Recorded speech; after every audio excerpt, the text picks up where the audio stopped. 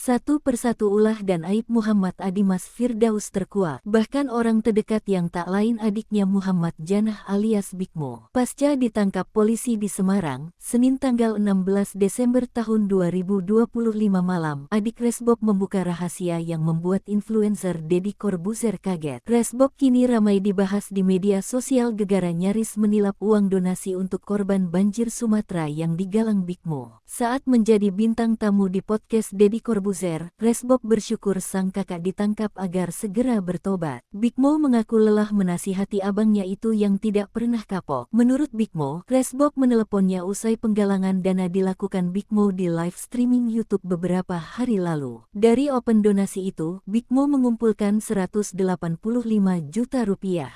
Tahu kalau duit donasi yang terkumpul banyak, Resbob menelpon Bikmo, minta jatah. Meski Resbob mengaku pernyataan itu sekadar gimmick namun sangat keterlaluan. Gua abis galang dana kemarin buat Sumatera 185 juta rupiah. Besoknya, abang gua tanpa chat terlebih dulu, nelpon dan bilang kita bagi dua saja. Entar 30 juta rupiah buat Sumatera, 150 rupiah juga buat gua sama lu, ya, kata Bikmo, dikutip Selasa tanggal 16 Desember tahun 2025. Kalaupun itu gimmick, ngapain gimmick bohong tentang galang dana Sumatera? Itu bahaya banget, sudah no moral dan ini live, lo bisa cari videonya, kata Bikmo. Bikmo berharap setelah ditangkap polisi Resbob bertobat. Diketahui Resbob sempat menantang jika orang Sunda tak terima silakan mencari dia. Hal itu ia sampaikan bersamaan dengan mengeritik Viking pendukung Persib Bandung. Usai pernyataan itu, Resbob dilaporkan dan kini ditangkap polisi. Dia pun selain ditangkap polisi, juga dipecat dari kampusnya di Universitas Kusuma Wijaya Surabaya. Ancaman penjara 6